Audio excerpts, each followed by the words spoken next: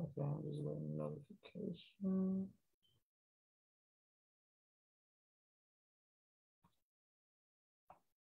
Okay, boom. And we are live. I want to thank everyone for tuning in to a very special edition of Off the Record on the People's podcast this evening. We have an incredible guest with us, one who's going to give us some amazing information as well as inspiration, and that is none other than Student Minister Victor Muhammad out of Pittsburgh. Assalamu alaikum, sir. Wa alaikum salam, sir. Thank you very much for taking time out of your busy schedule. This means a lot to myself, my family, and the viewing audience. Yes, sir. The first question we have for you, sir, is when did you first hear the teachings of the Most Honorable Elijah Muhammad? Well, that's very interesting. I don't remember a time in my life where I didn't hear the teachings. My father told me when I was 9 months old, he was in Indianapolis. I was born in Indianapolis, and he saw the brothers outside soldiering. And he said he thought, what do them Muslims want? He said as soon as he thought that, the wind blew and the Muhammad Speaks was at his feet. He said what the Muslims want and what the Muslims believe. So my father joined Muhammad's Mosque 74. So I remember growing up in the mosque and the church. My mom and my grandparents went to church and my dad went to the mosque. And I just enjoyed going to both. And for some reason, at 5 years old, I knew I'd be bringing Christians and Muslims together. Oh, praise to Allah. Yes, sir. Okay. Well, speaking, and thank everyone who's watching and showing love. Speaking of Muslim and Christian unity, what are some things that we can do better to make sure that we stay united? Well, first, loosen the knot of understanding in the tongue, but also getting rid of and dispelling the myths. Jesus said to worship God, you must worship him in spirit and in truth. Well, spirit alone is not good enough because a spirit without a body is a ghost, and we don't believe in ghosts. So we must also have truth. I was blessed here when I first got to Pittsburgh. I happened to meet a pastor and we became pretty good friends. And it's a major church here in Pittsburgh. And he had me give the Sunday sermon. And our sermon was called Dispelling the Myths. The time for unity is now. And, just to be able to work together and do things together doesn't mean we always have to follow 100% the doctrine, because what good is the doctrine without the work? Go ahead and teach, sir. Yes, sir. All praise due to Allah. My sister Miriam sends a greeting as well. Walaikum salam, baby. All right. My next question for you is, once you accepted the teachings, how did your family and friends feel about that? Oh, that's a good one. That was a good one. I got to go back a little bit because my parents got divorced they separated in 1978. They were finally divorced in 1979. And I had two diametrically opposed parents, probably parents that should have never been together, but circumstances put them together. And so we didn't celebrate Christmas or anything before I moved to Pennsylvania. When I was 8 years old, I moved to Lancaster, Pennsylvania. But the next thing I knew, my mom done bought a Christmas tree and some gifts, and that wasn't a bad deal. But then my dad picked up another family and he was celebrating Christmas with them. So everything was just thrown off. In fact, I can remember in 1975 being in my dining room in Indianapolis and my dad calling someone, telling them the Honorable Elijah Muhammad had died. And I can remember that being a profound memory in my life. But when fast forward, we moved to Fort Wayne, Indiana. We would go to the mosque every now and then. And there were some that were still trying to hold on to the teachings. And then we moved to Lancaster, Pennsylvania. Well, that's a predominantly Caucasian area. Wasn't too much Nation of Islam, anything that you were going to hear there. So from the time I was 8 till I was about 17, I really wasn't paying attention to the teachings. I was very much in the church. My stepmother made me go to church, and she made me go to a Pentecostal church, and I had a choice between church and Sunday school. Well, if you know anything about the Pentecostal church, you don't know when church is over. But I knew what time Sunday school was over. So I went to Sunday school and I became very profound with scriptural memorization and reciting scripture. Okay. And then, so at 10, 11, and 12, I'd be with the 16, 17-year-olds with my memorization. And by the time I left my father's house, moved back with my mother, she was married to a minister. And all the time on the bookshelf was this flowery looking cover that was like yellowish, greenish, bluish. And it kept saying, "Our Savior has arrived." But I never looked at the author. But all my teenage years, I saw this book and it just kept looking at me and I looked at it. So when I was 17, by the time I was 17, of course, I was going to be a football player, rapper, and comedian. And not one of them worked out. And my brother bought me the book, Malcolm X, for Christmas. I was so mad at him. I wanted Run DMC's tricky 12-inch album on Profile Records. Yes, sir. All right. And I wanted that 12-inch, for mixing back-to-back purposes. Those who understand DJ and know what I'm talking about. For some reason, I opened the book. And by the time Malcolm got to the nation, it took me all the way back to Indianapolis. And it was just like something clicked. And at the time, my dad wasn't going to a mosque or anything, but he called me to his house and he started talking about Fard Muhammad. I need you to know Fard. He told me about the mother plane. And he told me about a friend of the Black man by the name of Colonel Gaddafi. And he was telling me all these things. I mean, and it was a lot to process. I didn't realize he was planting seeds. But the crazy thing, when I was 8 years old, right before I left Fort Wayne, Indiana, to come to Pennsylvania, my mom took us to the Indianapolis Black Expo. And I sat in about the 8th row, and the keynote speaker that night was one Louis Farrakhan. And I heard people saying, Assalamu alaikum. I remembered that. They said, Allahu Akbar. And then we told my mom that means God is the greatest. And she was just like, well, how did you know that? And we said, well, our dad told us. So now I'm starting to read the teachings. I'm starting to not read the teachings, but I read the autobiography of Malcolm X. So I went through this big Malcolm X stage. At that time, hip hop was becoming very revolutionary. There was a lot of teachings in the songs. And then this group by the name of Public Enemy came out with a song that said, Farrakhan's a prophet that I think you ought to listen to. And I looked like a wise man because none of my friends knew who Farrakhan was at the time. But I knew who Farrakhan was. I didn't know enough about him. And so when I was 17, at this point, I'd always thought I was ugly. I grew up around some light-skinned people who convinced me I was ugly. But then for some reason, girls started liking me. And I really like girls. So before you know it, I was starting to have children, which was the gravest mistake I ever made, was to have children out of wedlock. I pray that all you young people just be patient, because it's not all it's cracked up to be. But I started having children, and I had 2 women fighting over me. So the best thing I can do is run. And I ran to the Air Force. And my dad even asked me, are you sure that's what you want to do? I said, no, but I got to do something. So in the Air Force, I went in July 1989. And while I'm in the Air Force, the Black people were telling me, you shouldn't be here. You too militant.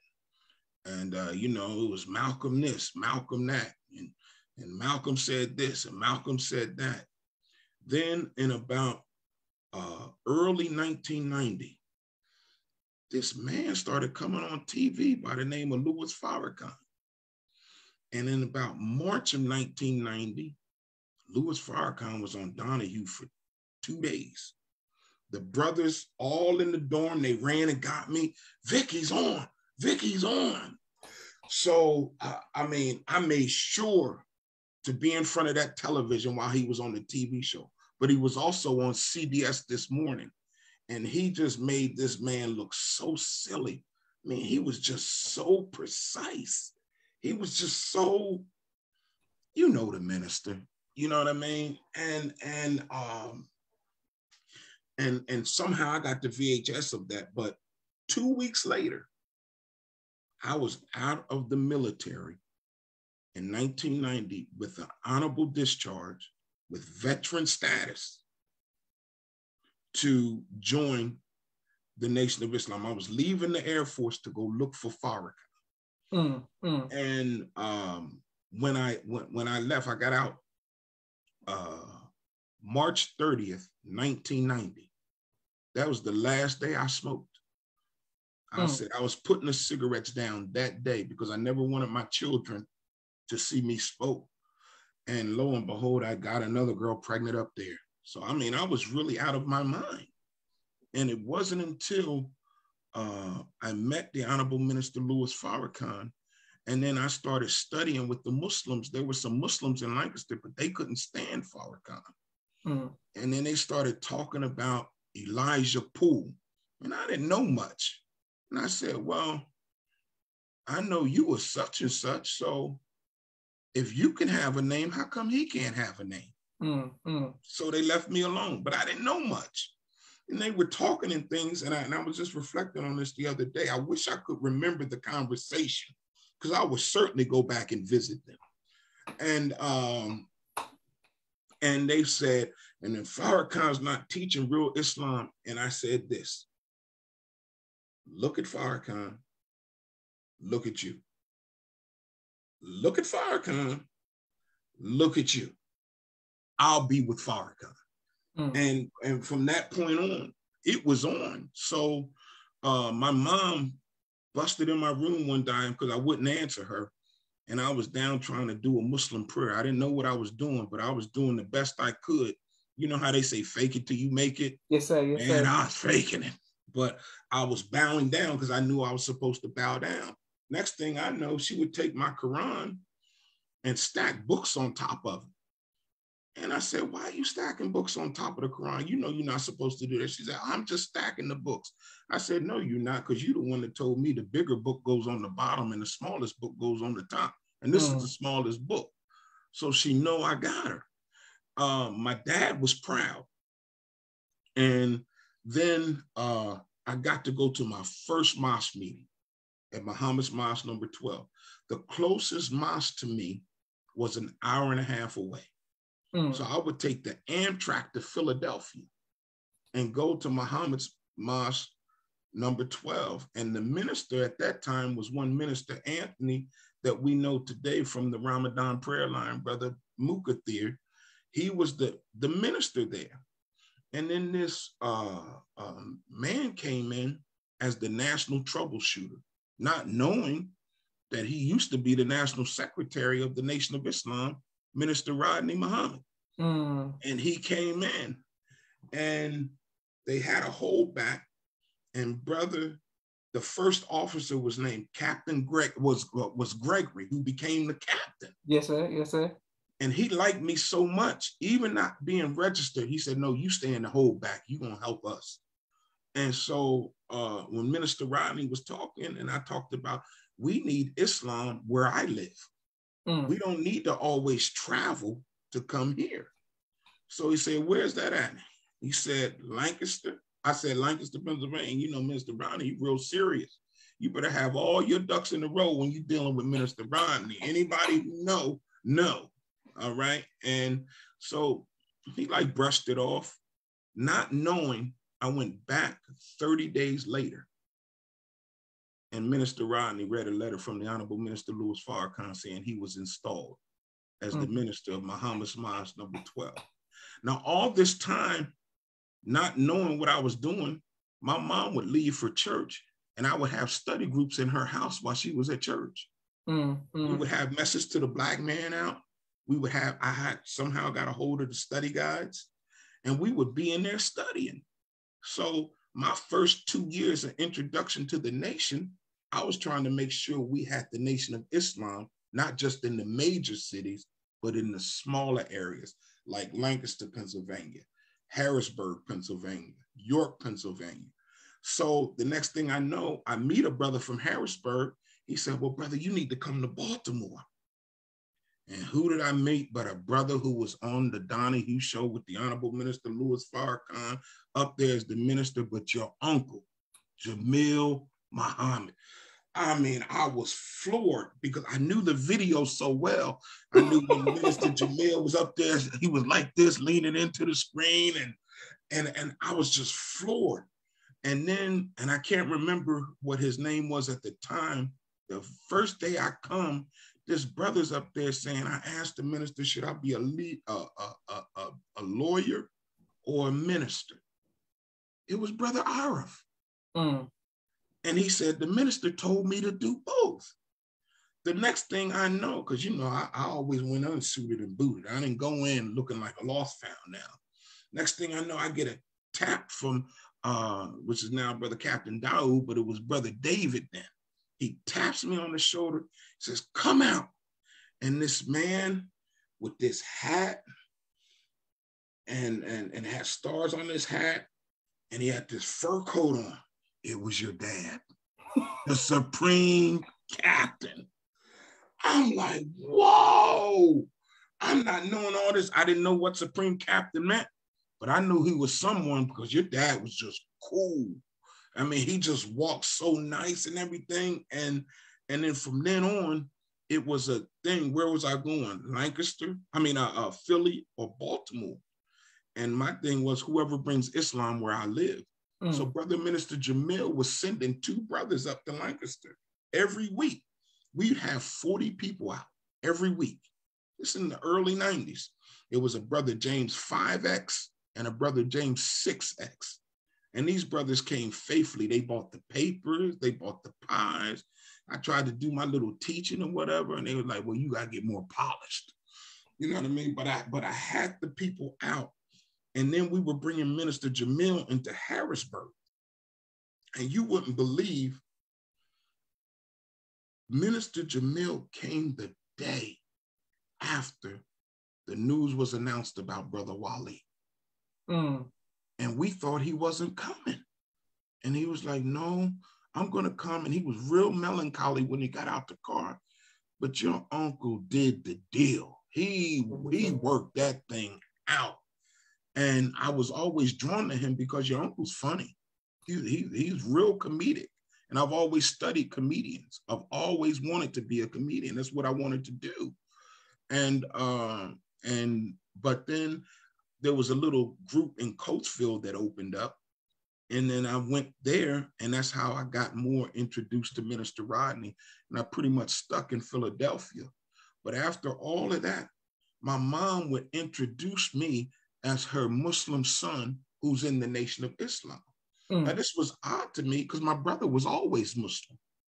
She never introduced him as that, but she loved Farrakhan, and she loved her son who was in the Nation of Islam. So I'm sorry if that took too long, but. Oh no, sir. We enjoying the breakdown of your journey in Islam. All praise due to Allah. Yes, sir. Okay, so let's talk about your interaction with the Most High Farrakhan and some of his words that he's given you.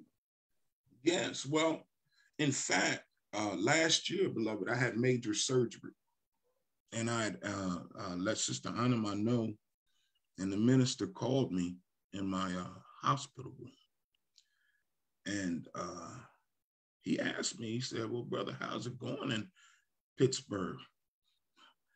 I said, "Dear Holy Apostle, it's rough." He said, "I know how it is. I know the city very well. I used to be there with the Imam's grandfather." I said, "Yes, sir, dear Holy Apostle. I know the history." He said, "Brother, it's getting ready to turn around for you very soon." Oh, man. To hear that from the Messiah? And I can report it is turning around.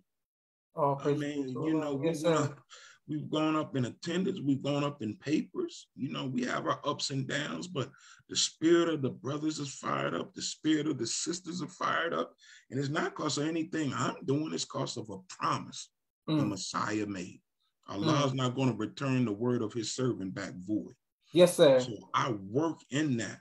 But 2 years before I got the post in 2013, he was here in Pittsburgh for the Bev Smith show. And I was in the hotel room, which is I don't get to be around the minister all like that. I'm not no big timer or nothing like that. But he asked me, he said, brother, how are the believers in Harrisburg? I said, well, we're coming along, dear apostle. He said, brother, I want you to know you dealing with the worst white people there are. He said, I know you other ministers think you dealing with some white people. And this was, I'm talking about Minister Kadir's in the room, Minister Jamil's in the room, Minister Rodney's in the room. And our dear beloved sister Ava was gonna come, but she was already at her hotel. So he told her to stand fast. But he said, I know you other ministers are dealing with some white folks, but he said, there's nothing like this Pennsylvania cracker. And you will find that the state of Pennsylvania is very monumental in national elections. Like right now, you have Dr. Oz running for Senate here. And that's a major election. You have a man running for governor here who was on white supremacist websites. And he was at the January 6th invasion. They call it whatever they want, but it was really a declaration of war on their own government. And he was there. Mastriano was there. So it's a state called the Keystone State, but it's very key to elections. And when I moved to Western Pennsylvania, it's like being in another state completely. It's like Eastern Pennsylvania and Western Pennsylvania. And it was in Western Pennsylvania in the early 2000s that I saw my first Klansman in a uniform on the highway right next to me. What year is this? I would say this was about 2001, 2002. Ain't no way. Yeah. Pennsylvania is considered a very conservative state, and conservative in a lot of cases mean very racist state, particularly Western Pennsylvania. It's militias in Pennsylvania, they're not a joke. All these things that they're talking about, some of us, we only see white people when we turn on TV. But when you live in Pennsylvania, you're with them all the time. Yes, sir. I'm glad you're telling us this history. Just being, going to school and in an all-white school and being in the South for the last 15 years of my life, I just never seen the uniform. I don't know when I'm going to see it. I know it's coming. Right. How did you react to seeing it? It's like a Klansman in the uniform. How did you react to seeing that? He don't want to be with me. I don't want to be with him. It was very easy. It's an easy choice. See, because when I was your age, beloved, there was a big movement called the skinheads. And they went around, they with bald heads. They had the green jackets, suspenders, combat boots. And what a lot of people don't know, they were governed by a man by the name of Tom Metzger. If you look up Tom Metzger on YouTube, Tom Metzger talks about when he's at Savior's Day listening to the Honorable Minister Louis Farrakhan. And he calls him the Honorable Minister Louis Farrakhan. And Tom Metzger is the one that told the skinheads to stop dressing like that, to cover up their tattoos and go into secular America and get jobs. And you will find a lot of them in technical departments. So that cable dude that you just let in all your network, yeah, that's one of them. But look up Tom Metzger and you will find that he's been an admirer of the Honorable Minister Louis Farrakhan for a long time. Beautiful. Yes, sir. And Sister Salima from out of Baltimore, the Zasmagan family, and my sister Naima. And thank you everyone who seems to like, share, subscribe to People's Podcast. Can't wait to put this on YouTube. Please let us know what city you all are watching from. My next question is, sir, you spoke earlier of colorism. How were you able to overcome that?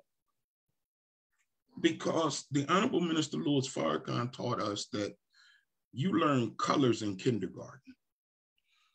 You know, and when we look at point number 5 of what the Muslims believe of the resurrection, it says that we would be resurrected first. Anytime someone mentions the word first, that's an indicator there's something after it. Right? So then it says we believe in the resurrection of the righteous. So if someone does right by me, regardless of color, the Honorable Minister Louis Farrakhan has instructed us that we are righteous and we act accordingly. You know, if we just go by color, then we forget some of those, like in Pennsylvania. Pennsylvania was a big stomping ground for the Underground Railroad. So you have a lot of Quakers in Pennsylvania. And don't confuse the Amish with the Quaker. They're not the same thing. But you have a lot of Quakers in the in the Pennsylvania area. So those who do right, we will accept the right, but we will not be confused by the white. Yes, sir. Excellent. But when I said colorism, I should be more specific. You said you didn't used to like being dark skinned or feel bad about your dark skin. How did you overcome that? All he had to do was tell me the black man was the original man. I was good then, you know. And, you know, and if I could only hold on to one thing of the teachings, and I was not allowed to hold on to anything else, it would be there is no mystery God. You know, and how that non-mystery God created himself out of the darkness. See, you know, that's what it was like, because my dad tried to encourage me one time and tell me, you know, the darker the berry, the sweeter the juice. So then one of my light-skinned aunts said, yeah, but when it's too dark, it ain't no use. So I'm like, man, I just can't win, you know? And then I moved back with my mother, who was a beautiful brown-skinned woman. And it was always black in my house. You know, before I had a knowledge of myself, I called myself buying her a picture of Jesus. And she was glad when I became Muslim so she could take the picture down, because she said, I never believed Jesus was white. But she put it up because I bought it for her. Beautiful. Go ahead. Yes, sir. Shout out to both of your parents, but specifically your mother on that point. Sister Daisy says, peace from Arizona. Peace, ma'am. Brother Damien said, this is a history lesson. Thank you, sir. And Brother Kevin Muhammad says, Thomas L. Metzer is his name in insurrection. Thank everyone who continues to like, share, subscribe. We have a few more questions. And Sister Minerva, hey, shout out to Sister Minerva. No, you can't say nothing to me about no Sister Minerva. I love her. Yes, sir. She, even though my mom passed, that's like my mom right there. Yes, sir. All praises to she said, somebody beloved family, Brother Minister Victor, why you didn't tell me you were going to be on here? But Allah knows and did. All praises to Allah. Yes, sir. See, now you see how mama show up to the school and spank you in front of everybody. See what she just did? You see what just happened, right? Beautiful. Yes, sir. Well, we have a few more questions for you, sir, but we have a quick 60-second commercial break. Yes, for sir. All of the sponsors of the People's Podcast this month. We thank you for every like, share, and subscription, every anonymous donation. Thank you all. Everyone across the country who continues to show love to the People's Podcast. Here we go. Boom, boom. If you like to be a sponsor donor, please cash out the People's Podcast. Start with my brother, Rashad, Street Premier Media Production. He has a 4K camera and a drone. He does television and film editing. Please reach out if you need any of those services. My sister Miriam, ABC I Love Me children's book, coloring book, and now Spanish book. All three available on Amazon.com. Please get her books. Stay on Point Dance Academy, LLC. My sister Naima teaches ballet virtually to young girls all across the country, right here in the studio of Atlanta, Georgia. We love our tiny dancers. Rock Communications. If you're working on a book and you need content development, product management, media relations, please reach out to Rock Communications. Also, student minister Robert L. Muhammad, conflict mediation, squashing the beef throughout the Southwest region. He does a phenomenal job out of Austin, Texas. His wife, Sister Fudia, Children of the Most High, giving birth to a God in the science of child rearing. Please get her book. Fashion Guides, urban streetwear for men and boys, 314-329-60009. He'll keep you dripping in the best of fashion. Brother Kenneth, bow tie maker extraordinaire. He'll ship bow ties to you anywhere across the nation. Sister Sherry Muhammad, AsiaticMinds.com. She teaches STEM to young kings and queens virtually all across the country. AsiaticMinds.com. AsiaticMinds.com. Taj Hollywood, he's doing a great job with his television series. 6 chemistry episode. Make sure you tune in and watch it. Keep it hood, helping others overcome depression. Thank you very much. Also, Brother Aaron Muhammad, he's dealing with respect for life. It does personal wellness, physical, emotional, and spiritual wellness as well. 229-344-1474. Elevated Places, dealing with stress management, real estate, and credit cleansing and credit repair. Thank you very much. Dr. Henry M. Carter, King Henry's Turkey Legs, right out of Atlanta, Georgia. Brother Rashad Muhammad, COVID-19 disinfecting cleaning services out of Chicago. My father's book, A Soldier in the Movement of Christ, AbdulSharif.com. And last but not least, my 2 books, Cleopatra, which is a children's book, and No Father, No Excuse, both of which are available on Amazon. Thank you, everyone, who continues to like, share, and subscribe. All right, right back to you, sir. My next question is, you said, I just put the cigarette down. I just threw it down. What advice would you give to others on breaking addiction? Quit. Quit. You know, the Quran gives us an indicator on how to quit. It says, set your face for religion being upright. That's right. That's the right. nature in which God created men. When I picked up smoking, my mom had told me if God wanted you to smoke, he would have made you a chimney. And it is not in our nature to smoke. But one thing I will put on everybody's mind, if you smoke and you black, remember that tobacco was the first crop of slavery, not cotton. Okay, you teaching? Yes, sir. Great. Yeah. All right. My next question for you, sir, is how do you respond to people you said that you've heard in the past speak about real Islam? How do you explain the teachings, and if somebody confronts you with that? Well, I point to the miracles of Farrakhan. You know, real Islam, you know, you don't have brothers killing brothers. Real Islam, you don't master books, you master self. You know, real Islam, the revelation didn't stop with Prophet Muhammad. Prophecy stopped with Prophet Muhammad. But if you don't have fulfillment, Muhammad, how do you know what you have is the truth? The reality of God was never taught. And the perfection of God's creation could never be dealt with until devil was made manifest. No one was teaching the manifestation of devil like Elijah Muhammad. Up until that time, he was a concept and an idea, just as God was, many other things other than what he really was. So we see God in his reality, and we see that the Honorable Minister Louis Farrakhan, under the guidance of the Most Honorable Elijah Muhammad, and being directed by God in person. See, we cannot take those two away from that man. Because when we do that, we cut him from his power. And if we cut him from his power, then we setting up others beside God. And Allah raised this one to himself. And he gave him to the Honorable Elijah Muhammad.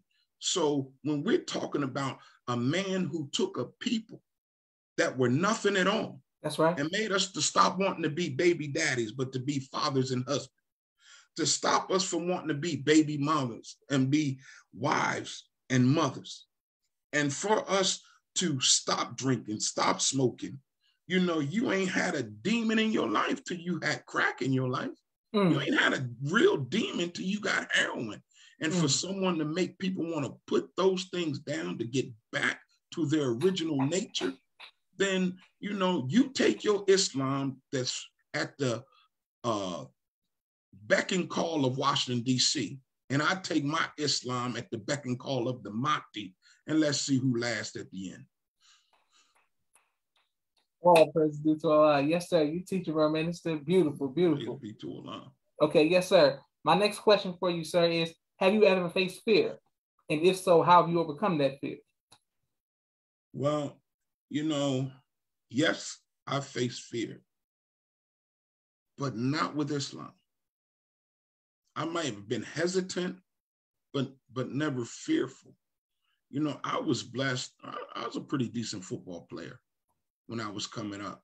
And, you know, when you quarterback looking over that line at them linebackers who really don't want to see you in one piece, you come face to face with fear. Yes, sir. Yes, sir. But Minister Farrakhan gave me confidence, not arrogance. And a lot of people mistake our confidence with arrogance. So, but facing my fears, the problem wasn't going anywhere. You know, I have a saying that problems don't solve problems, solutions do. Yes, sir. Yes, sir. So if I sit here in my fear, I'm sitting in my problem. So, you know, and I'm to a point now, I guess I haven't been fearful in so long that I don't know what that's like anymore. And I'm not saying that things don't concern me at times. I'm not saying that things don't come up that, oh, what's this here? But at the end of the day, knowing that God came for us, knowing that every time, you know what, the only time I might be fearful if something's happening with the minister. When he went on his deathbed, that scared me. But what made me keep going is I can't pay the minister a better tribute than to keep his work going. I can clap and say, go ahead, brother minister. Yes, sir. And in fact, I was in a national laborers meeting and he kept forgiving us. And I felt ashamed. So while everybody was up standing and clapping, mother was looking at me like, why aren't you standing up? And I wish I could just communicate with her because I'm ashamed. He shouldn't have to keep forgiving us. He shouldn't have to keep, you know, but, you know, he's a lost servant. But I know I should be a lost servant with him. I shouldn't be a burden to him. You teaching, yes, sir. All praises due to Allah. People showing you love all across the country. Yes, sir. My next question is, what type of music do you like to listen to, sir? Oh, man. Well, I'm going to tell you for real, my new favorite group of all time is Silk Sonic. Okay. I love them young boys. I love them young boys. Okay, so you like Silk Sonic? Yes, sir. Oh, no, brother. I love Silk Sonic. Them boys is nice. Yes, sir. Yes, sir. I'm a big Bruno Mars. And they took it back to instruments. So it's no fake stuff. Yes, sir. But I listen from anywhere from old school, late 60s on, up until modern time. Now, I had to be in the car with my grandson before I can listen to some stuff, you know, but other stuff I'm ashamed to like, so I got to just listen to it for teaching purposes.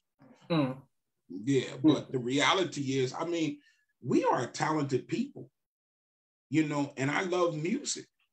And I even like soft rock from some of the artists, you know, but just music period is a big part of my household. You know, a lot of people don't know this about me. My dad's uncle was in the Nation of Islam, and he was a famous jazz musician by the name of Sonny White, who changed his name to Ahmad Al-Din. You can even pull him up on BET and see Danny Glover introducing him on BET. And Najee wrote the foreword to his book. I have a son who was NBA Youngboy's first producer. And he does some work for Fredo Bang as well. Okay. And, he even had Fredo call. I had a wayward young man, and he had Fredo Bang FaceTime me here in Pittsburgh and talk to the young brother. So music's a big part of my life. And I got another son who does music, but you know, I'm an electrician by trade, but that son is more of a maintenance man. I have another son who's down there where you are. He's a ordained Pentecostal preacher. Go ahead. But he'll tell you Farrakhan is his pastor. Oh, praise be to the Lord. And then, my other son, he's just real technical. He just knows how to get stuff done. And sometimes I'll be like, you sure we can do this? And somehow he knows how to figure it out. I have a daughter. She is a civil engineer. She just graduated from Arizona State. And my other daughter graduated from the Walter Cronkite School of Journalism at Arizona State. And I thank the Honorable Minister Louis Farrakhan, because of what he gave me. I could have easily walked away, but I have a strong relationship with all my children. And though they came at various times under not the best of circumstances, Allah has blessed me with the most beautiful, successful children that I could ever want. And their mothers were all a big part of that. And now the wife that I have now, she's just the one for me, because I don't know how we can't keep up with 5 prayers and we want 4 wives, and I tell everybody I already got 4 wives. They just all happen to be in her. I just don't know what personality's coming out from one day to the next. But she balances me. And I just thank Allah for this last 21 years with her. Beautiful. All praise be to Allah. Yes, sir. Yes, sir. You teaching. And thank you to everyone who's showing you love all across the country. Sister Linda Bay Graham is watching. Shout out to everyone who's watching as well. Now you said you play quarterback. Do you have a favorite quarterback who's playing now? I don't have one that's playing now. Everybody in the Delaware Valley, like Brother Keith and Brother Rob, probably looking at me like, what you want to do, Vic? Because Cam Newton was my man. Okay. I love Cam Newton. And the way I discovered him is because I'm a big Auburn fan. Okay. And the reason I like Auburn, because in the 80s, they were playing black quarterbacks when nobody would. Now, if I'd have known the history of Auburn before I liked Auburn, I probably wouldn't have liked them, because I didn't realize that the orange and blue was all part of the Confederacy. But I was also a Syracuse fan. Okay. So you like McNabb? No, but yeah, I like McNabb, but no, there was one named Marvin Graves. You got to look up Marvin Graves. He could run that option like nobody's business. And then back then was Jamel Holloway. These were the big names back then. And even Tommy Frazier. But I ended up coaching high school ball. Okay. And we sent one to Syracuse. And he was good. I didn't think that the offense was his fit, his type of offense. He probably should have went to Maryland or Kansas. Maryland never offered, but Kansas did. But he went to Syracuse, and I think they really messed up his career. He could have done a lot better under a different type of offense. But Cam Newton was my guy. Now, if it was up to me, as quiet as a cat, I'm not even gonna lie. Sister Beverly down there in Atlanta told me to look out for Russell Wilson. And I was like, no, Cam Newton. Well, Russell Wilson got Super Bowl. Cam Newton lost the Super Bowl. So I don't know what she done put out there. But I like Lamar Jackson, but if I was a coach for Baltimore, he'd be benched because Huntley has less turnovers than Lamar Jackson does. Okay. Being controversial. Bench Lamar, okay. Oh no, he's good. He's awesome, but he turns the ball over a lot in critical situations. Okay, yes, sir. Great. Well, people showing you love. We have one more question for you, Minister. What would you like your legacy to be, sir? I would like to restore the history of Pittsburgh and its value to the Nation of Islam. Sometimes we forget it was those Pittsburgh Courier articles that even Mother Khadijah would sell, not for profit, just for the cover, just so the teachings of the Honorable Elijah Muhammad could get out. We're one of the few cities in the nation that own our building outright. And we want to restore our building to make it so beautiful where we're upstairs, we're meeting, but downstairs we want it to be a museum. so that people can see the rich history. Because the book that Brother Dimitri put out, the books that Brother Dimitri put out, particularly The Invincible Truth, to highlight the Pittsburgh Courier and Amsterdam news articles, they're very monumental because these are the articles that made our minister. So that's like the root of civilization. So, I like to say, 22, the pilgrimage, the journey. I would like to show the journey about how Islam, how Pittsburgh helped establish the nation of Islam. Very monumental at that time. They even honored the Honorable Elijah Muhammad with an award. I'm gonna give you a little history.